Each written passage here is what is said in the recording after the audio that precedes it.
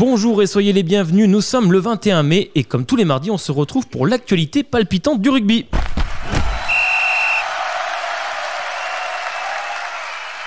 Dans ce nouvel épisode, nous parlerons bien sûr du tournoi à Issoire pour notre école de rugby, mais aussi de la tournée de nos loisirs, la mauvaise pente à Aoste en Italie, des résultats des finales Ligora de rugby à 5 et de rugby à 7 jeunes qui se sont déroulés ce week-end, ainsi que les quarts de finale du championnat Elite 1 féminine. Colline est absente pour l'émission d'aujourd'hui, mais je vous rassure, on la retrouvera la semaine prochaine. Allez, il est 18h01 et ce week-end, il y a eu de nombreuses rencontres sur les terrains de la Ligora. C'est le moment d'annoncer les résultats du week-end.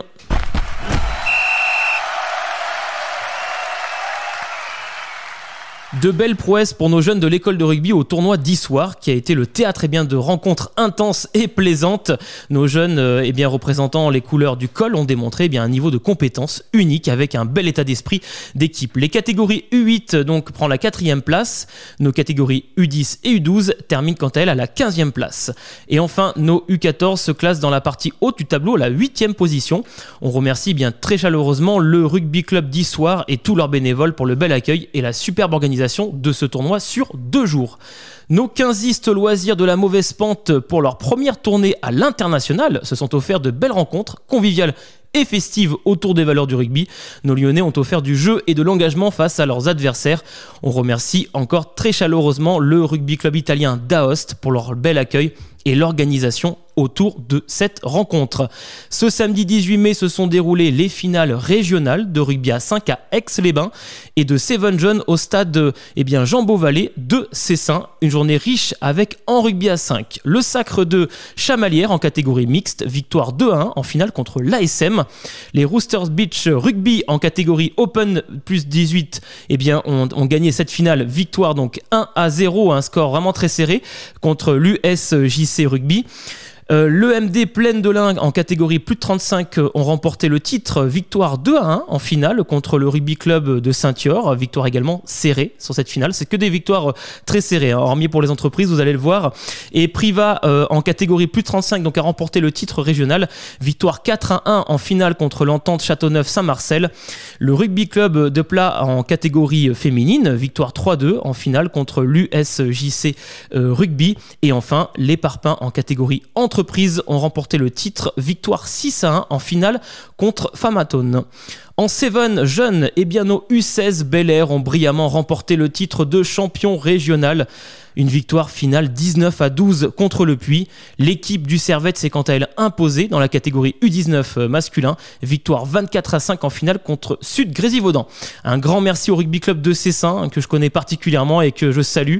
Un bel accueil et une organisation pour ces phases finales de Seven avec la Ligue Auvergne-Rhône-Alpes de rugby. Prochaine étape pour nos U16, la grande finale nationale, les 22 et 23 juin prochains. Alors, malgré leur victoire acquise à domicile la semaine dernière, 24-17, on le rappelle, nos seniors, emmenés par Nicolas Zix, se sont malheureusement inclinés face à l'Union Ardèche Méridionale dans un match, retour qui a été rythmé avec 2 équipes très joueuses. Score final 20-10 avec une pénalité encaissée dans les dernières secondes du match qui prive nos Lyonnais d'une prolongation et qui envoie l'Union Ardèche Méridionale au prochain tour de ce challenge.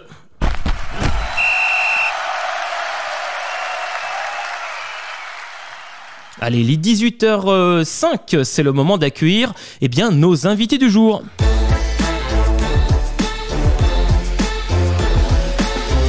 Et aujourd'hui, nous avons le plaisir d'accueillir au plateau 2 jeunes talents de l'école de rugby qui ont fièrement défendu les couleurs du col lors du tournoi à Issoire ce week-end, ainsi que l'entraîneur de l'équipe U12. Chez eux, le rugby est une affaire de famille. Ils sont là pour nous parler des moments forts et de leurs impressions sur leur participation à ce tournoi à Issoire. Merci d'accueillir Frédéric, Axel et Raphaël Derks, respectivement entraîneurs, joueurs U12 et U14.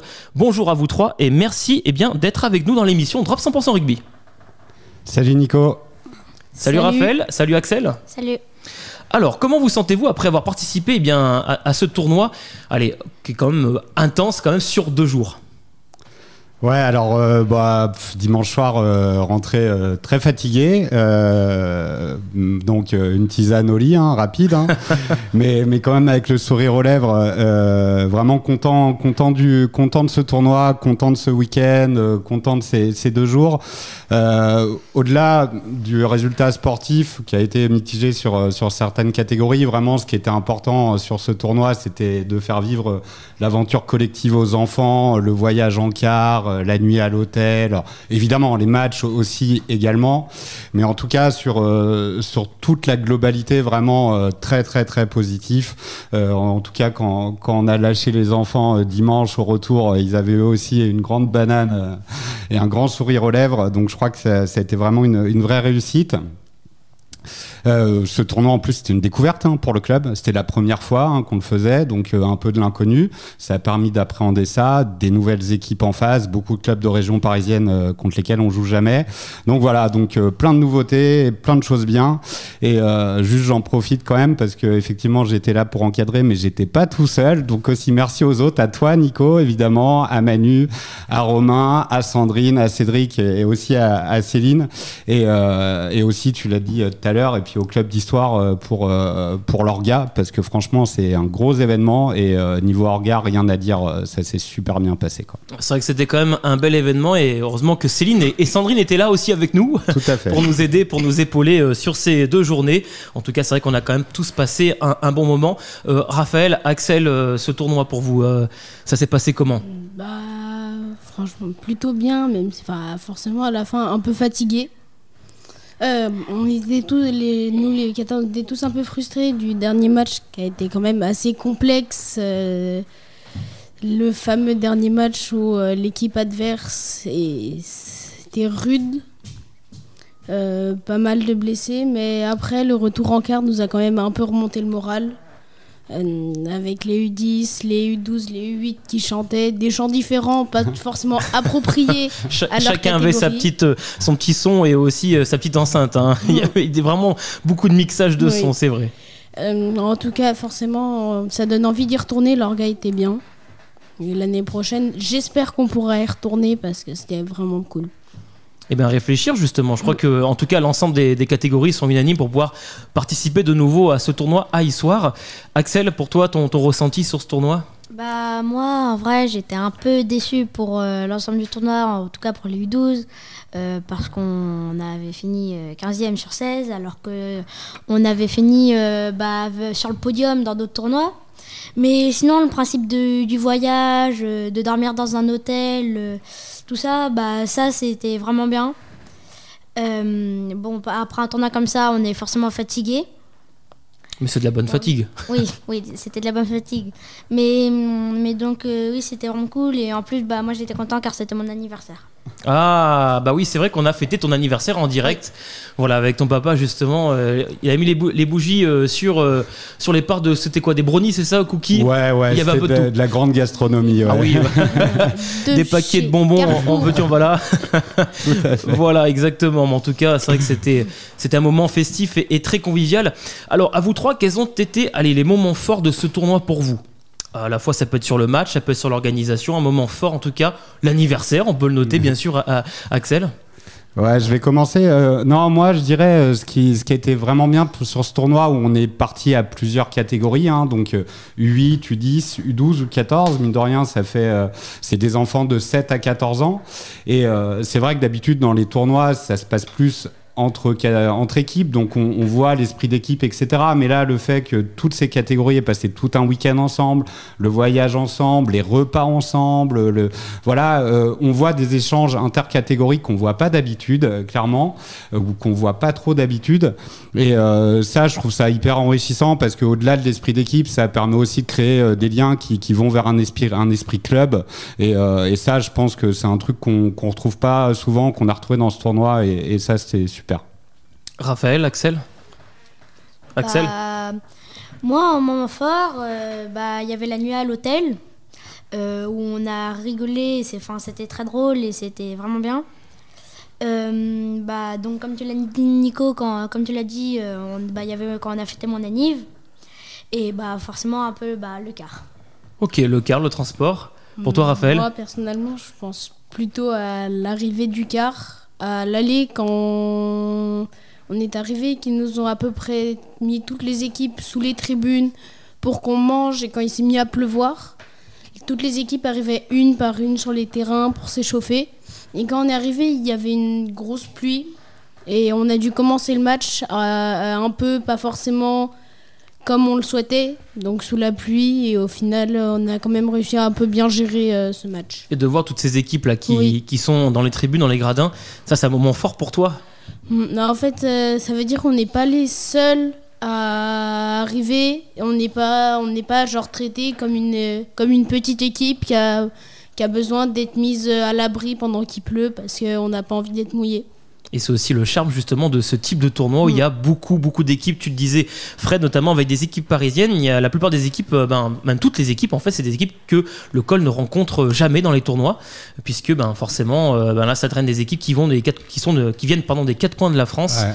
Et ça, c'est vrai que c'est quelque chose d'assez magique pour les jeunes et aussi pour les coachs. Ouais, tout à fait. Ouais. Beaucoup d'équipes de région parisienne. Il y avait aussi des équipes du Sud-Est, mais du Grand Sud-Est autour de Cannes, Besançon, Vesoul, Villeneuve-Loubet, etc. Donc, en tout cas, clairement, que des équipes qu'on n'avait jamais vues. Et c'est aussi pour ça que ce tournoi, c'était une découverte. Donc voilà, là, franchement, c'était pour découvrir. Maintenant, si on a la chance d'y retourner, on sera aussi mieux préparé. Il y aura un peu moins d'inconnus, la logistique, etc. Mais non, vraiment super enrichissant. Et puis, ouais, jouer contre d'autres équipes, c'est toujours bien. Ça change d'habitude.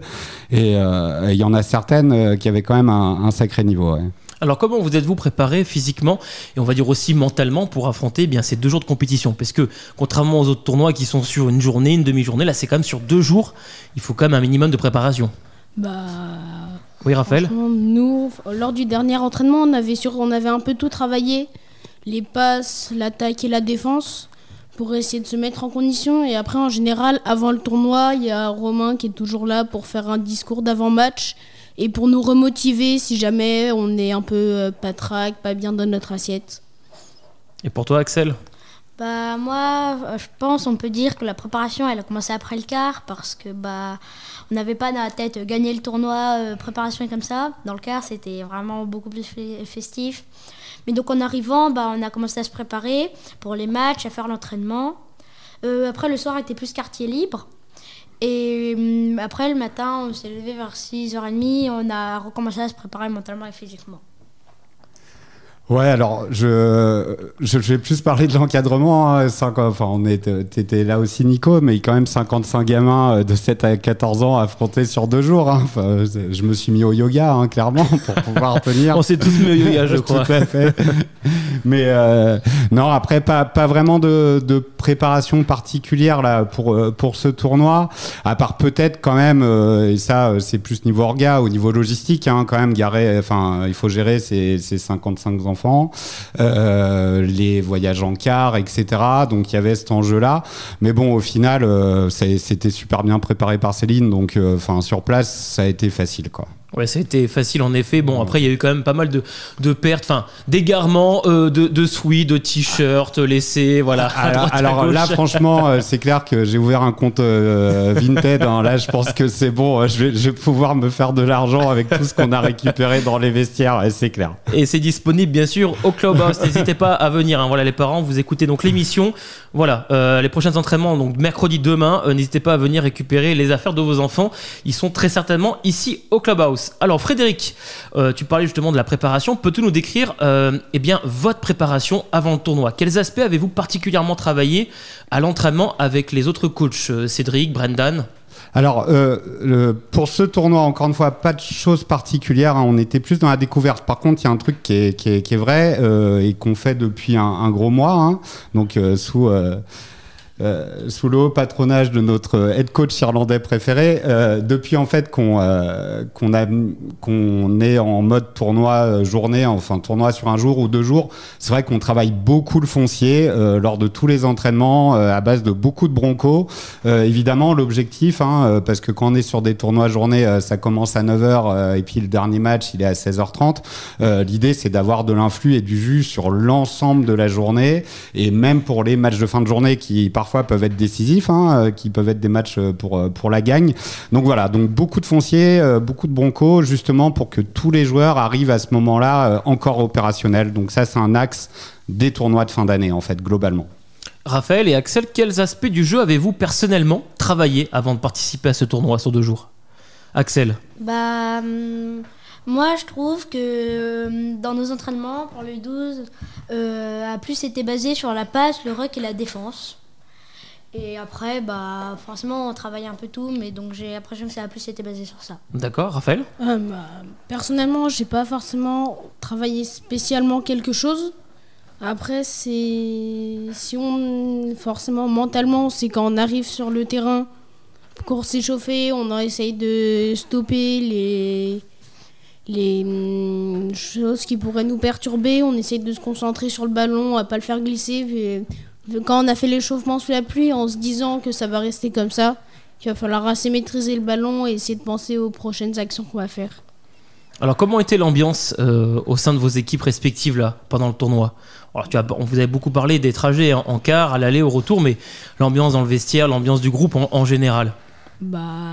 Franchement, elle était plutôt bonne, que ce soit à l'hôtel, dans le car, dans les vestiaires. Sur le terrain, c'était à peu près la même chose. Après, je sais pas pour les autres catégories, mais en U14, on se connaît à peu près tous, là, depuis le début de l'année.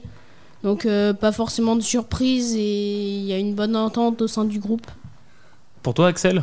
Moi, j'ai trouvé l'ambiance très bien au sein de toutes les catégories, qu'elles soient mélangées ou pas. Mais en tout cas, on s'est bien amusé.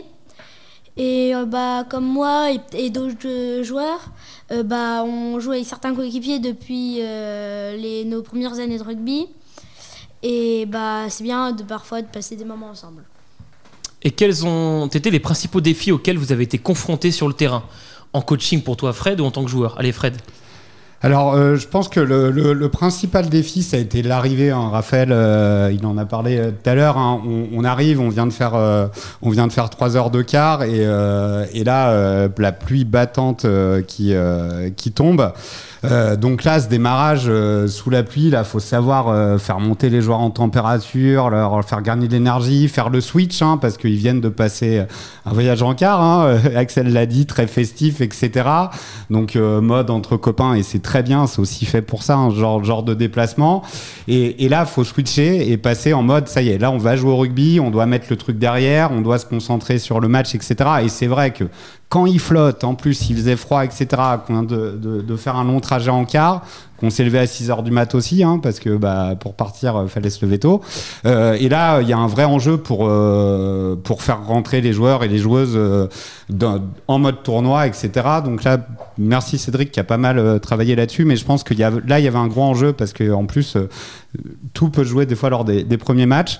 Et d'ailleurs, en tout cas, pour les U12, leur première mi-temps n'a pas été fameuse. Dans ce premier match, ils se sont un peu réveillés au début de la deuxième mi-temps. Donc voilà, donc vraiment un enjeu. Là, démarrage de tournoi sous la pluie, dans le froid, après un long voyage. Ouais.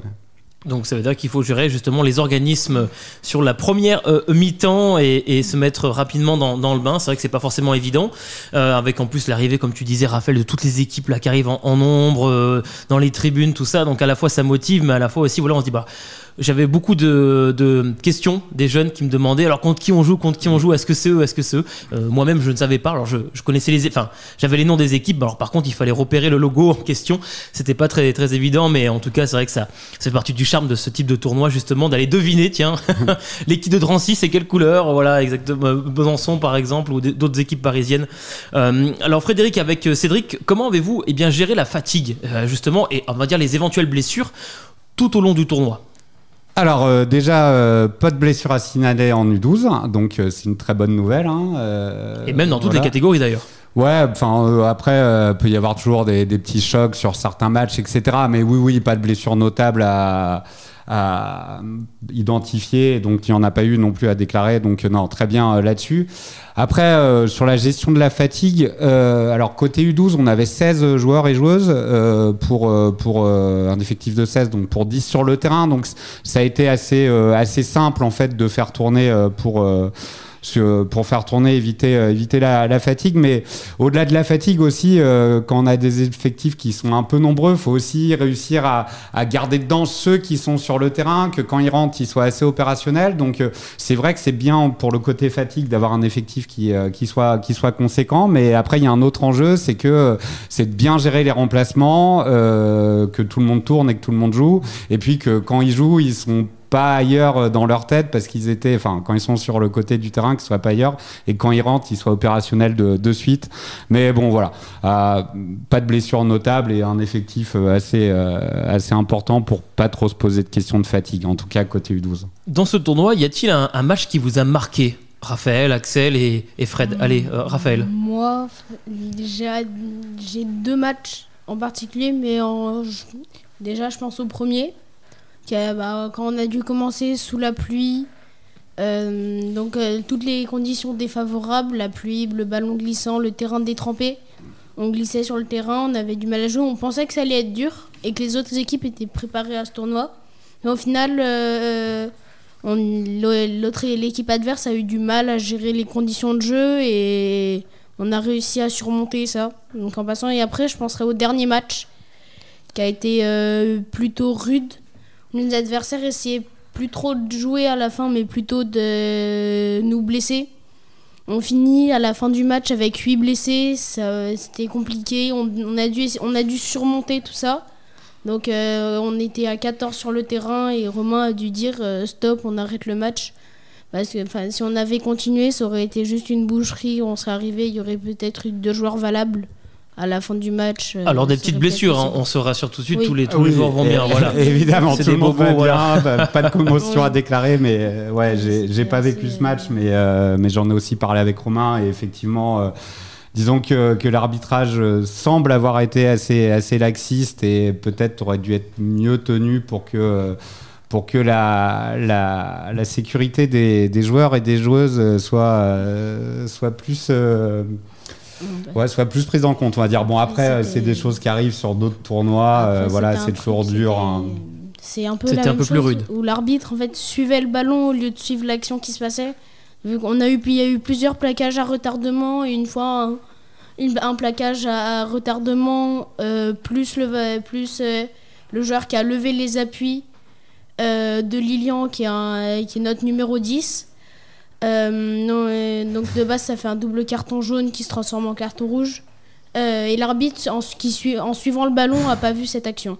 Alors ça peut en effet arriver, c'est vrai qu'arbitrer c'est quelque chose c'est compliqué, de très technique et de très difficile. En tout cas, on salue et encore un grand bravo aussi à l'ensemble des éducateurs qui ont arbitré les matchs, donc que ce soit alors des U8, U10 et également U12. C'est vrai que moi...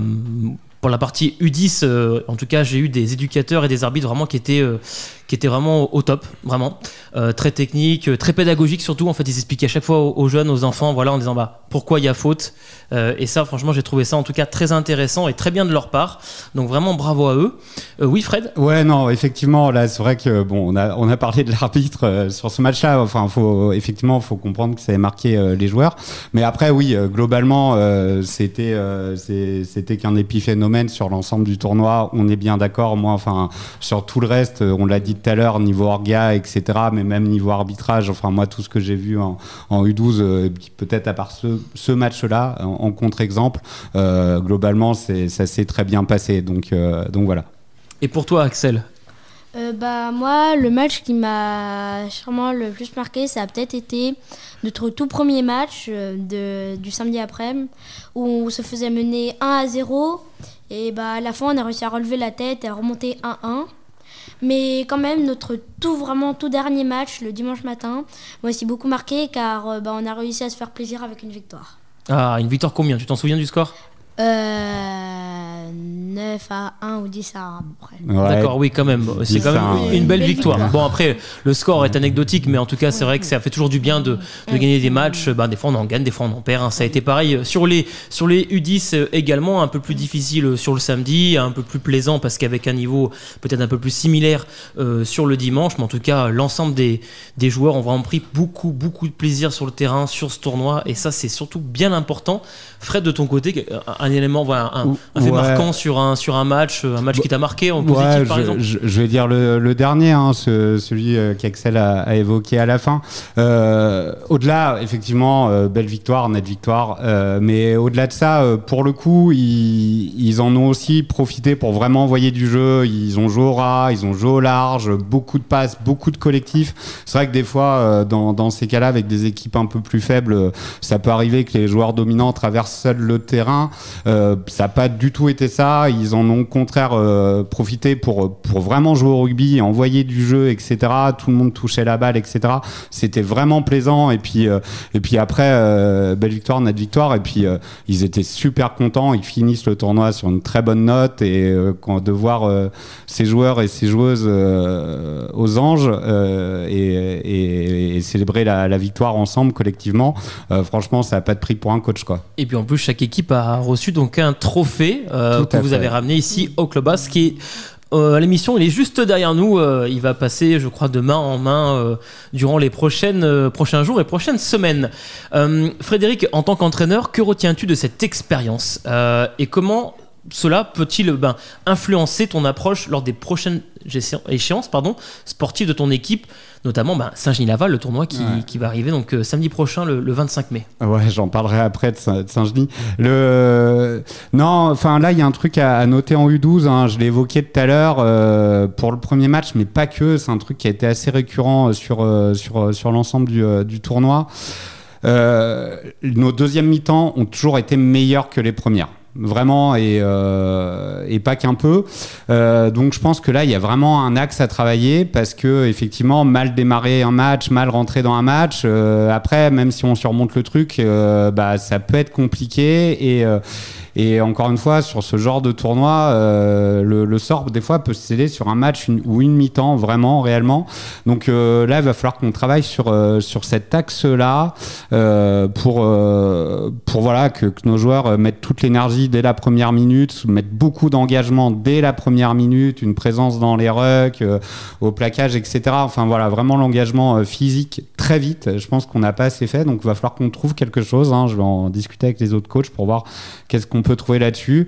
Passera par du discours, etc., des manières de s'échauffer peut-être un peu différentes, enfin on verra. Donc ouais, ça a remarqué sur ce tournoi. Et puis un autre truc aussi, en tout cas moi c'est la première fois que je le faisais, un tournoi sur 2 jours.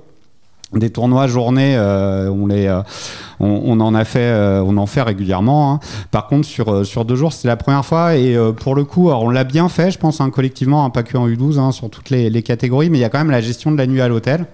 Donc on a des gamins qui se sont levés à 6h du mat, hein, généralement le samedi, pour aller prendre le carto, le voyage, ils jouent tout l'après-midi, et puis après à l'hôtel, je pense qu'on l'a bien compris que c'était très festif, hein. C'est revenu beaucoup dans la bouche de nos 2 joueurs ici présents.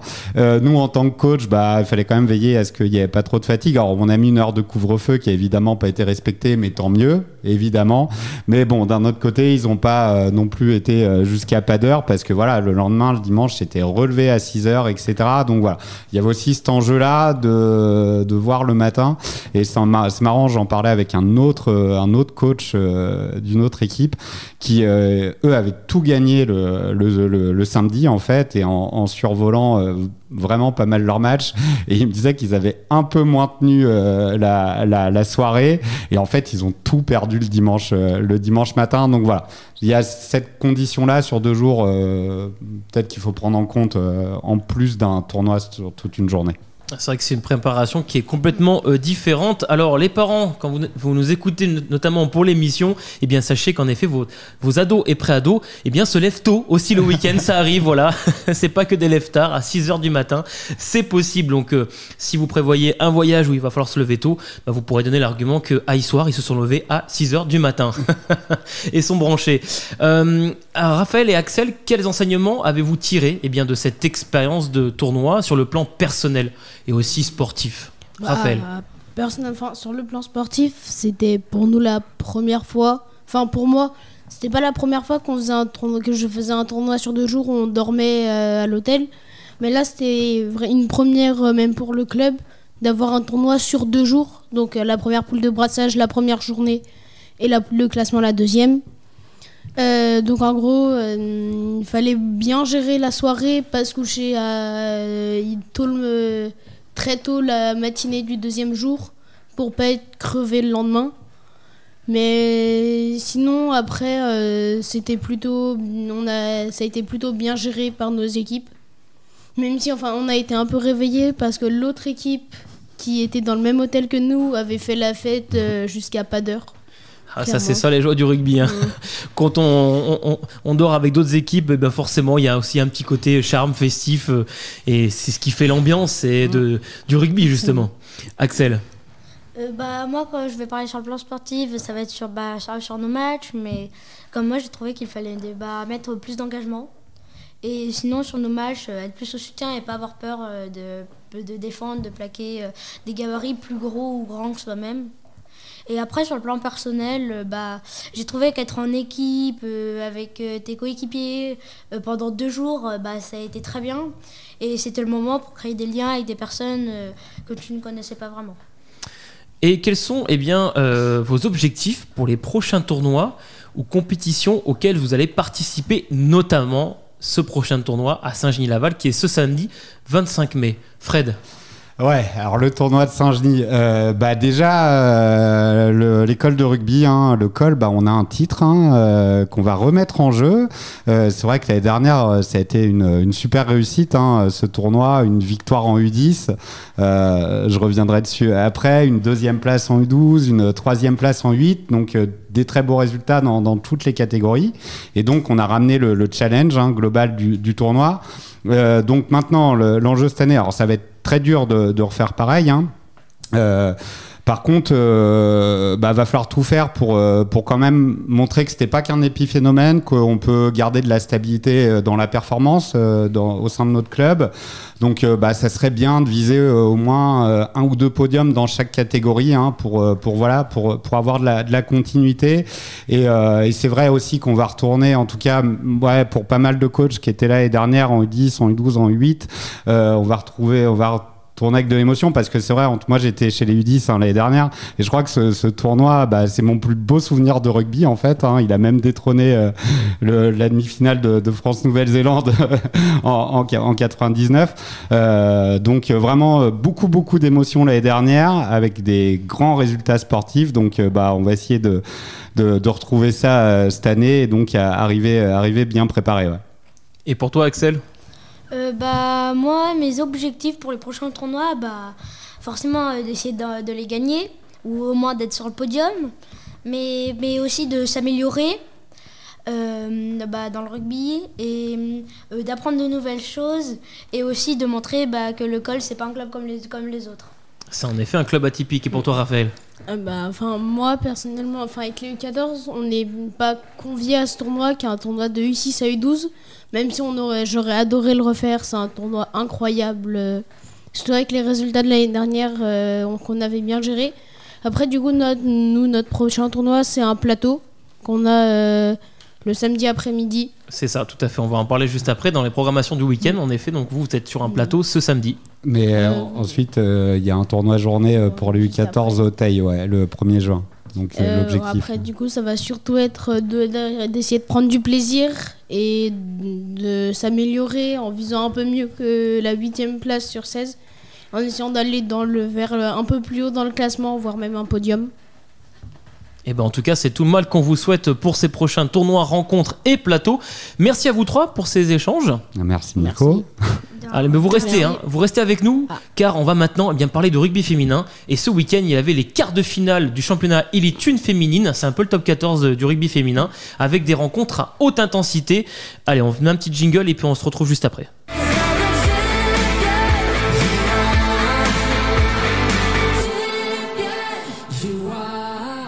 Les Bordelaises, championnes de France en titre, n'ont pas manqué leur entrée en lice dans ces phases finales avec la victoire sur des Lyonnaises courageuses. 46-13, un succès qui valide leur qualification pour les demi-finales et leur permet d'envisager un second titre consécutif. Dans les autres rencontres, que des victoires à domicile avec l'AS Romagna qui s'est imposée 52-7 face aux Amazones du FCG Grenoble. Voilà qu'on salue, en tout cas bravo à elles pour leur beau parcours. Le Stade Toulousain qui l'a remporté à domicile 32-11 contre le Stade Villeneuvois Lille Métropole. l'école. Et enfin, Blagnac 24-15 face à Montpellier. Les demi-finales opposeront donc le Stade Bordelais à Blagnac et l'ASM Romagna au Stade Toulousain. Rendez-vous donc c'est 25 et 26 mai pour connaître l'affiche de la finale du championnat Elite 1 féminine qui se jouera le 9 juin au stade Pierre-Ajon de Bourgoin. La phase allée des playdowns a vu la victoire de Rennes contre le Stade Français 31-14 et le match nul de Lons section paloise face à Bomigny sur le score de 7-7. Eh bien, rien n'est complètement joué puisque les matchs retour prévus le dimanche 2 juin seront décisifs pour ces équipes qui visent le maintien en Elite 1. On note bien sûr que l'année prochaine, il y aura donc 10 clubs au lieu de 12 en Elite 1 féminin, donc une seule poule et pas de poules séparées. Cette semaine, Colline est partie à la rencontre de Ariani Vaucher, joueuse évoluant à Castelnaudary, dans la région du sud-ouest de la France. Une interview que je vous propose d'écouter ensemble et on revient juste après. Je suis aujourd'hui accompagnée d'Ariani Vaucher, joueuse au rugby olympique Castelnaudary en Fédéral 2. Bonjour. Alors pour la petite histoire, le ROC a été le club où j'ai effectué ma dernière année en tant que joueuse pour la saison 2022-2023. Nous avons toutes les deux eu l'honneur de faire partie de la toute première équipe féminine à 15 du ROC et c'est pour ça que ça me tenait à cœur de t'interviewer aujourd'hui, car au-delà d'une coéquipière, t'es quand même devenue une amie. C'est vrai. Parle-moi un peu de ton parcours dans le rugby. Comment as-tu découvert ce sport et qu'est-ce qui t'a donné envie d'y participer ? Alors j'ai commencé le rugby au lycée, c'était au niveau du sport-études. Donc ça m'avait plu et en fait mon père il a joué au rugby, de la famille certains jouent au rugby et forcément à force tu suis le fil là. Voilà. Tu as donc commencé à jouer au rugby en club il y a 2 ans. Quels ont été les défis que tu as rencontrés en tant que débutante dans ce sport à un âge plus tardif que certaines ? Oui, il faut savoir que j'ai 28 ans, j'ai commencé à 28 ans, donc j'avais pas de cardio. Donc le cardio c'était le plus compliqué pour moi. Après, vu qu'il y avait beaucoup d'anciennes et tout ça qui savaient jouer comme toi, et puis du coup, vous nous avez porté vers le haut, on va dire, et du coup, ça nous a vachement aidé. Voilà. Tu es aide-soignante à Castelnaudary depuis 9 ans. C'est donc un métier qui est exigeant autant physiquement que émotionnellement. Comment arrives-tu à équilibrer ta vie professionnelle et ta vie sportive ? Alors, c'est très compliqué dans le sens où en fait, mes horaires sont pas forcément adaptés au niveau des entraînements. Donc quand je finis à 21h30, c'est sûr je peux pas venir. Et après les dimanches, il va falloir que il faut que j'associe mes dimanches via mes plannings. Alors des fois je peux être là, des fois non.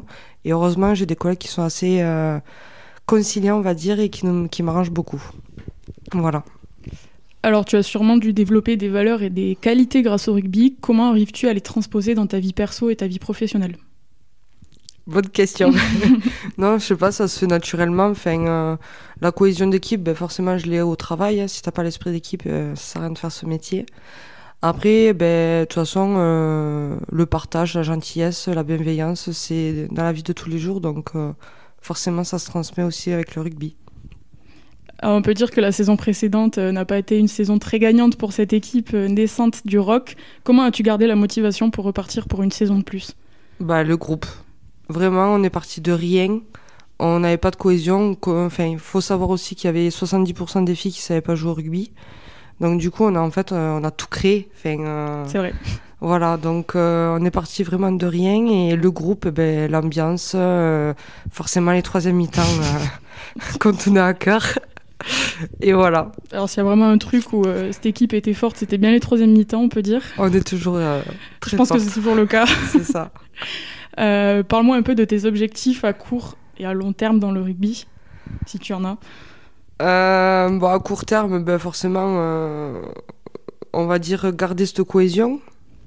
Après, à long terme, je pense continuer l'an prochain. On verra ce qu'il en est, mais voilà. Bon, dans tous les cas, ça aura été une bonne expérience. Ouais, ça, je regrette pas.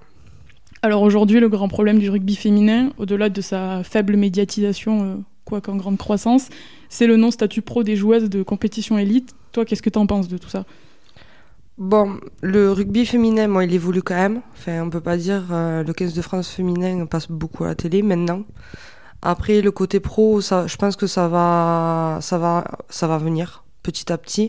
Après, je crois qu'il y a un article qui est sorti comme quoi la FFR voulait passer les matchs Elite 1 à la télé. Donc c'est déjà une grande avancée et ça va aboutir à force. Voilà. Pour moi, je suis confiante. Et alors cette question, on la pose à tous nos invités. Est-ce que tu peux nous partager un souvenir qui t'a particulièrement marqué depuis que tu as commencé le rugby ? Il y en a plein. Mon Dieu. En 2 ans déjà ? En 2 ans, oui, il y en a plein. On va dire notre première victoire en fin d'année contre les Catalanes. Je m'en rappelle. Voilà, le 6-0, je pense qu'on s'en rappellera assez longtemps. La petite anecdote, moi aussi, on m'a interviewé au club, on m'a demandé mon meilleur souvenir et j'ai répondu ça. Ouais, tu vois. Alors que j'ai même pas joué ce jour-là. T'étais sur le mode, t'étais là quand même. Mais j'étais là. Et enfin, dernière petite question, quel conseil donnerais-tu aux femmes qui hésitent à se lancer dans le rugby ? Qu'elles se lancent. Enfin, moi, je me suis lancée à 28 ans, je regrette pas du tout.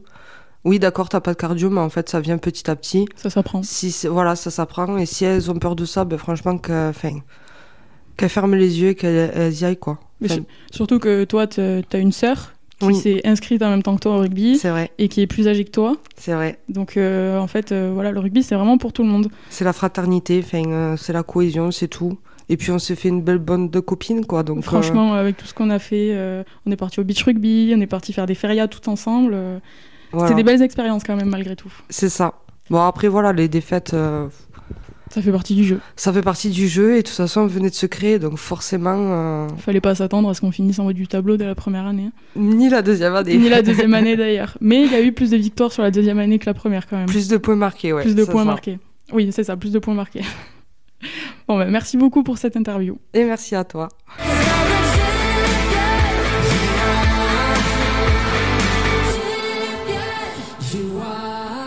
Frédéric, Raphaël et même Axel, que pensez-vous un peu de la représentation des femmes dans le rugby et l'évolution du rugby féminin ? Fred. Alors clairement, ça a été dit devant l'interview. En plus, Colline connaît bien mieux le sujet que moi. C'est vrai que ça part de bas en fait, mais effectivement, ça commence à monter. Les matchs d'élite féminine passent pas à la télé.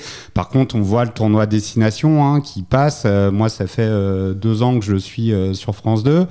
Vivement qu'on tape les Anglaises, d'ailleurs, mesdames. Et c'est vrai qu'en plus, moi, je trouve ça hyper plaisant, pour le coup, à regarder, vraiment.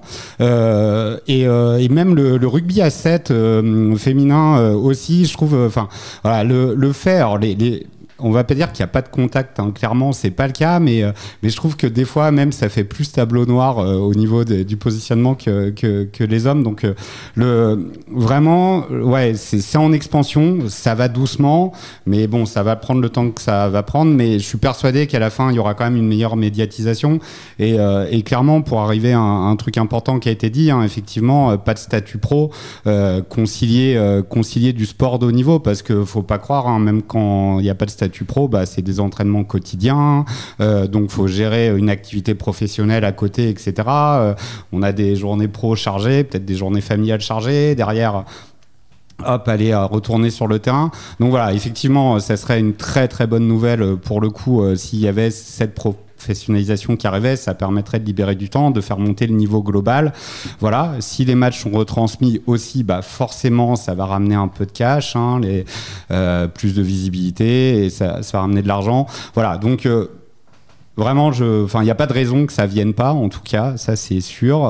Maintenant, ça prendra peut-être un peu de temps. C'est peut-être pas la génération là qui a 28 ans qui vivra ça. Ce sera peut-être plutôt celles qui en ont 18, 20 qui profiteront de ça. Mais voilà, on va espérer que ça arrive.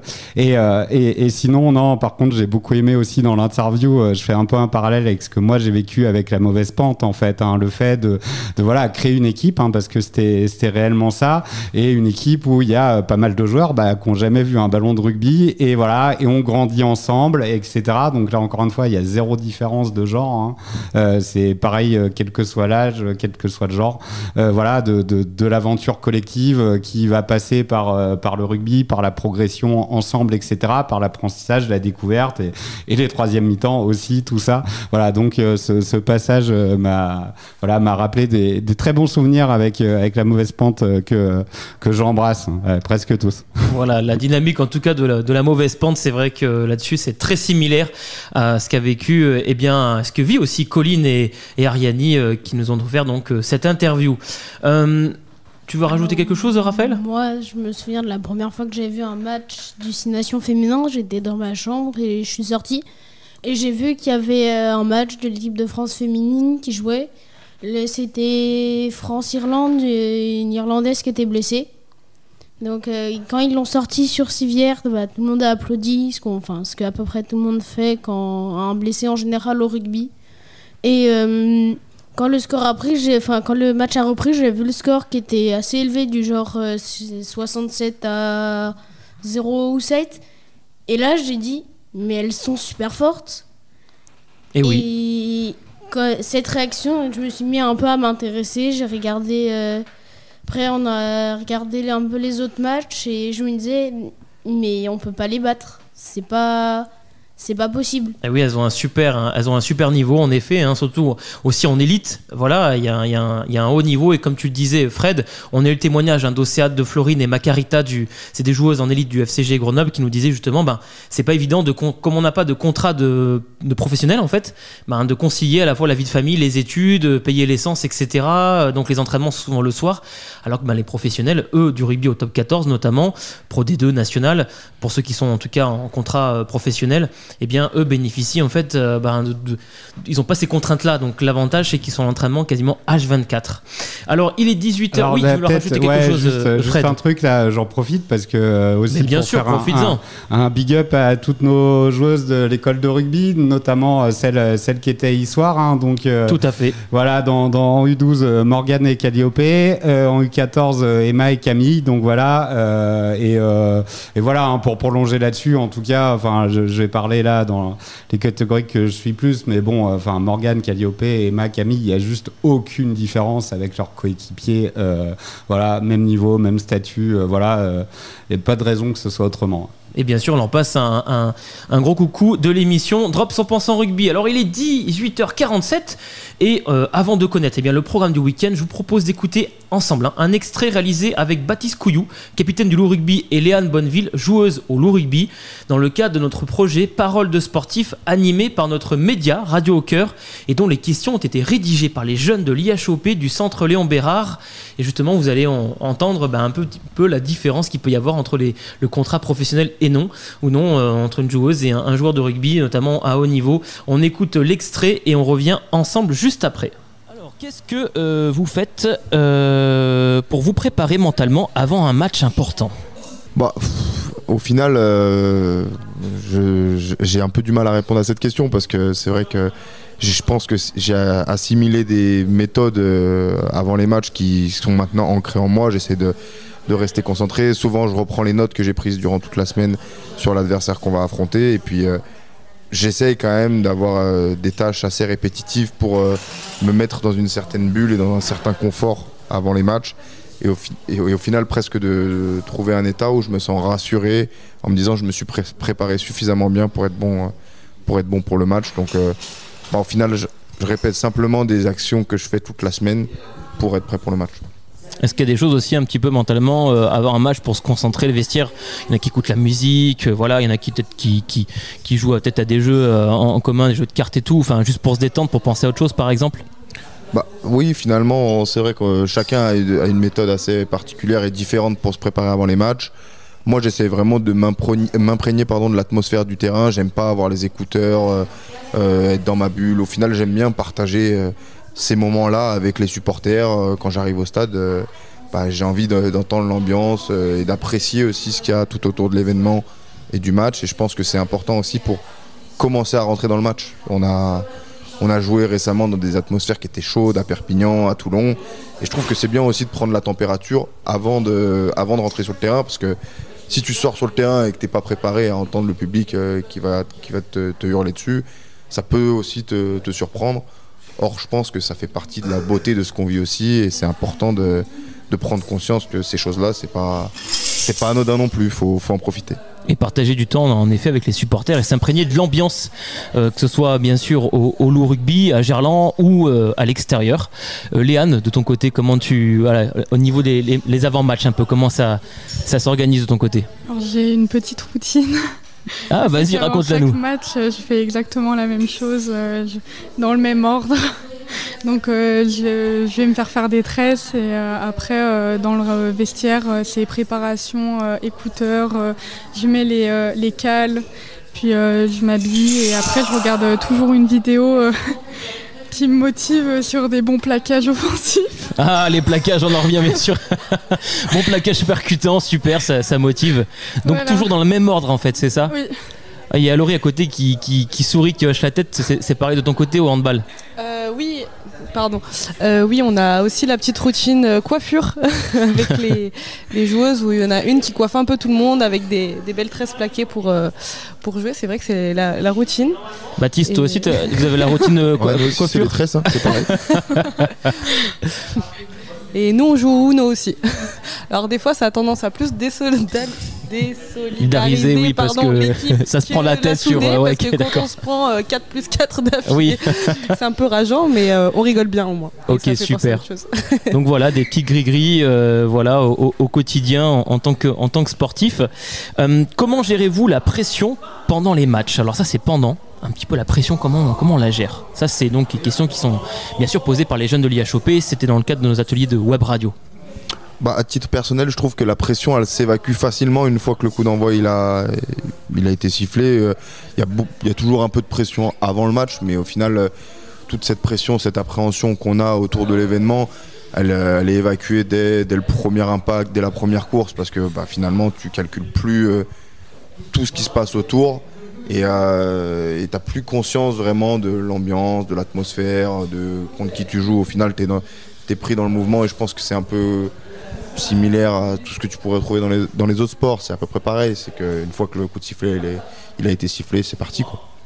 Je suis complètement d'accord. Et moi, je sais qu'avant chaque match, je me dis je laisse mon esprit au vestiaire et je donne tout, et c'est le principal. Et on peut faire des erreurs, c'est pas grave, tout le monde en fait, donc tant qu'on donne tout, c'est bon. Alors, moi, du coup, je vais poser ici la question. Est-ce qu'à un moment donné, ça vous est déjà arrivé, des moments où vous décrochez? Vous êtes dans le match et puis à un moment donné, il y a peut-être une action, une phase de jeu où là, vous perdez un petit peu le fil, ou mentalement, après vous revenez dedans, mais il peut y avoir un décrochage. Nous, c'est quelque chose qui arrive souvent du fait qu'il y ait les écrans géants dans le stade. Et en fait, quand tu viens de faire une action positive ou négative et qu'elle passe au ralenti à l'écran, des fois, tu as le réflexe de regarder ce qui s'est passé à l'écran. Et souvent, moi, je me rends compte, je me dis, putain, mais là, t'es pas dans le match, en fait. Là, tu vois, t'es concentré sur l'écran alors que Là, tu deviens spectateur. Le jeu, il va reprendre. Et souvent, c'est quelque chose qui me donne la sensation de décrocher un petit peu de la réalité du terrain. Moi, ça m'est déjà arrivé aussi, et ça m'arrive à chaque match, et c'est surtout en fin de match quand on est oxy, c'est qu'on ne sait plus vraiment ce qui se passe, mais on sait qu'il faut, il faut plaquer ou il faut attaquer, quoi. Mais c'est vrai que ça m'est déjà arrivé, ou sinon de regarder le public et pendant 2 minutes et d'être là et de me dire là on joue, faut se remettre dedans, oui.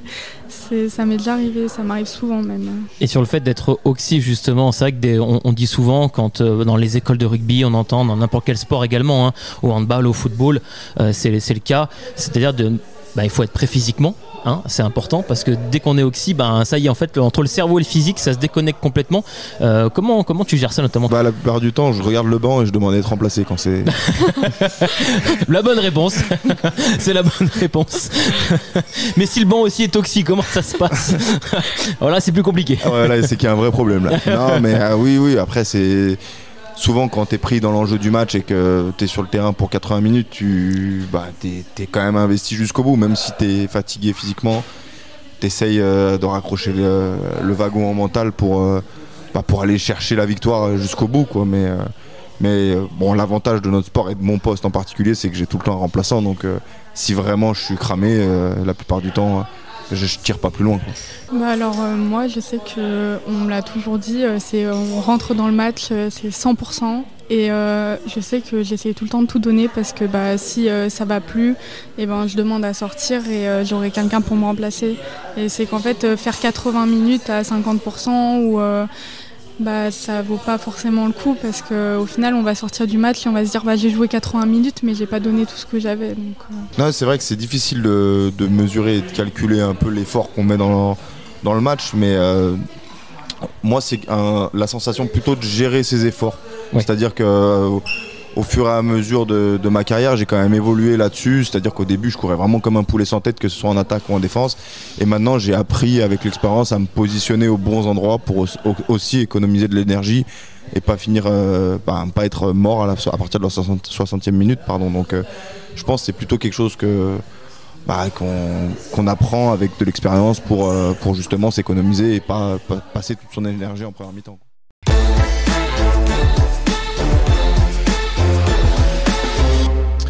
Et on vient d'écouter un extrait du témoignage de Baptiste Couillou et Léane Bonneville donc dans l'émission Parole de sportif. Frédéric, Raphaël, Axel, qu'est-ce que vous pensez justement de cette interview-là, de ce qu'a raconté Baptiste et Léane justement un petit peu sur le quotidien d'un joueur et d'une joueuse de rugby à haut niveau. Ça ressemble un petit peu ce dont vous avez parlé au tout début de l'émission, notamment concernant la gestion du rythme des matchs, la gestion physique, la préparation qui se fait en amont. Fred? Ouais, il y a deux trucs sur lesquels je vais rebondir. Un qui a été dit par Baptiste Couillou sur le fait de la répétition à l'entraînement. Il a dit en fait, je répète à l'entraînement ce qui va se passer dans le match. Et en fait, ce truc-là, alors c'est pas spécifique au rugby, hein, c'est vrai dans tous les sports et c'est vrai quelle que soit la catégorie. Hein, nous on le voit, hein, aux entraînements, on répète, on fait répéter beaucoup à chaque joueur et joueuse le même geste. Voilà, comment se positionner dans un ruck, comment faire une passe, comment taper au pied. C'est beaucoup de répétitions, hein, pour que ça rentre, pour que ça rentre dans la mémoire musculaire, pour que en fait tout ça, quand on est en situation de match, devienne un réflexe. En fait, que ça soit intuitif, qu'il n'y ait même plus à le réfléchir, en fait, que ça devienne naturel. Donc ce truc-là de la répétition, en fait, c'est essentiel dans le sport.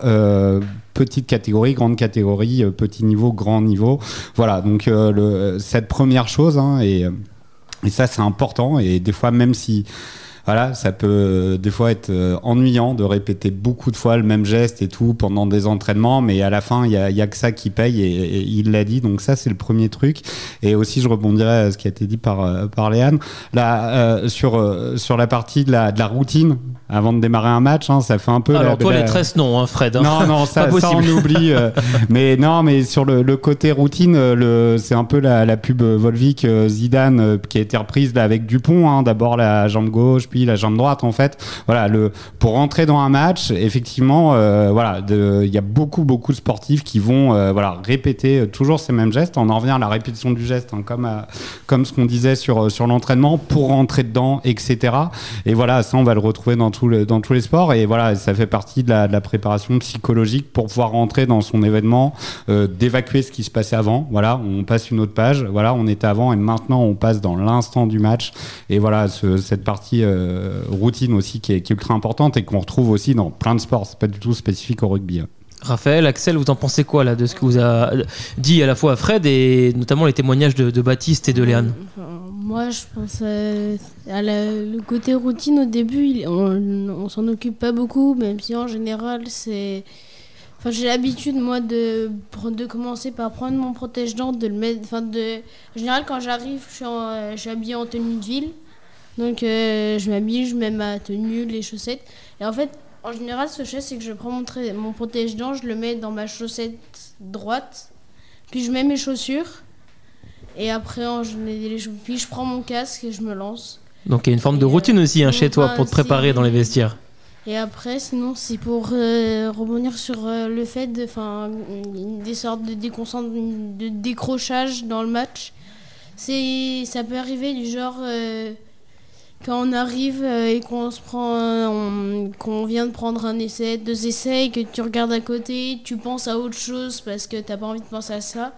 Et t'as le truc de dire t'es en train de jouer là, t'es pas sur une plage en train de bronzer, tu penses pas, tu dois rester sur ton match. Alors ça, j'imagine bien le Fred le dire au bord du terrain. Eh oh là, il faut se réveiller.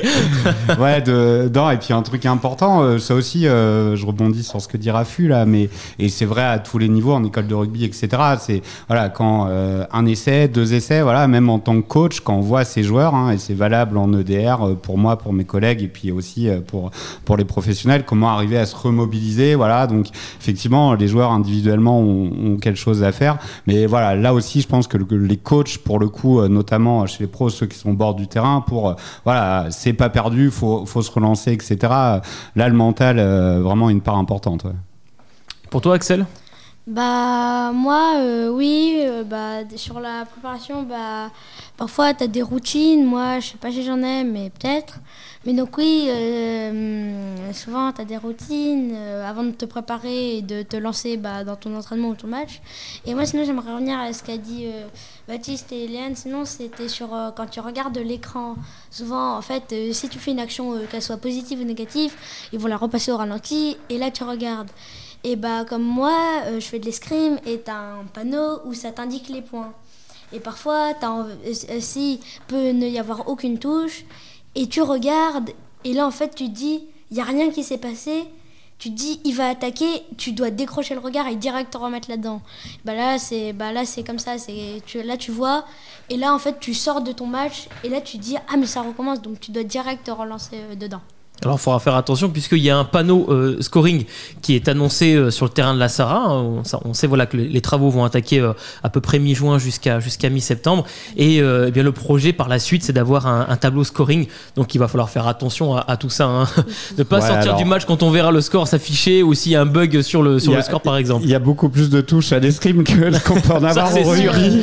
Ça va un peu plus vite. Je pense que le parallèle était plutôt bon avec les écrans géants. Mais alors, par contre, quand on aura les écrans géants à la Sarra, on sera peut-être à l'EHPAD en face tous les deux, Nico, à ce moment-là, mais on pourra être fiers. Ouais. Ça, c'est bien vrai. On risque d'être à l'EHPAD en face, je suis d'accord avec toi.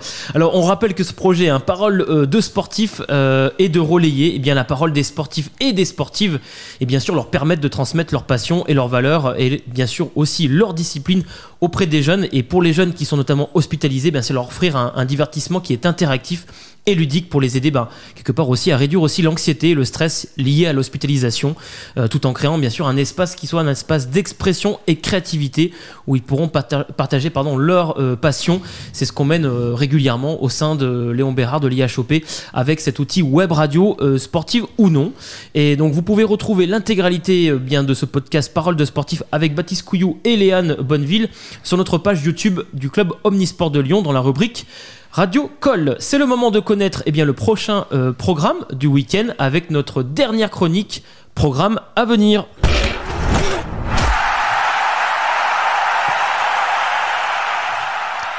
Après le tournoi de ce week-end à Issoire, pas de pause pour nos catégories U6, U8, U10 et également U12 qui seront présentes à Saint-Genis-Laval ce samedi 25 mai pour participer à la 19e édition du tournoi Paul-Éric organisé par l'OSGL. Et donc il y a un titre, comme l'a dit Fred, à remettre en jeu pour notre équipe du Col. Les jeunes joueurs du Col remettront donc ce titre en jeu comme qui ont gagné donc l'an dernier. On sera tous derrière eux pour les encourager à aller chercher une seconde victoire consécutive après celle de 2023. Nos U14 seront quant à eux en déplacement à Saint-Priest pour l'équipe A et à Tence-Lamastre face à l'Entente Monts-et-Vallées pour l'équipe B. L'équipe 7 des seniors du Col sera en déplacement ces 24, 25 et 26 mai au tournoi Howard Hinton Sevens à Tours qui accueillera notamment 2 sélections néo-zélandaises en pleine préparation pour les Jeux Olympiques de Paris.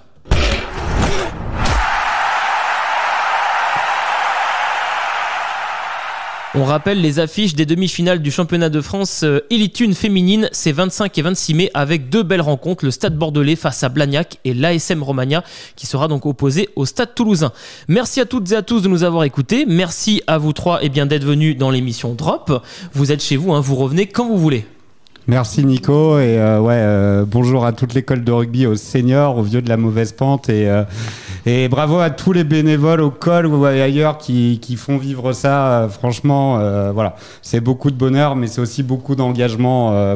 Donc félicitations aux bénévoles, à l'ensemble, du plus bas au plus haut. Bien sûr qu'on salue très chaleureusement cette émission Drop, c'est aussi pour vous. Allez, on se retrouve mardi prochain en compagnie de Colline pour de nouvelles actualités et d'ici là, jouez au rugby.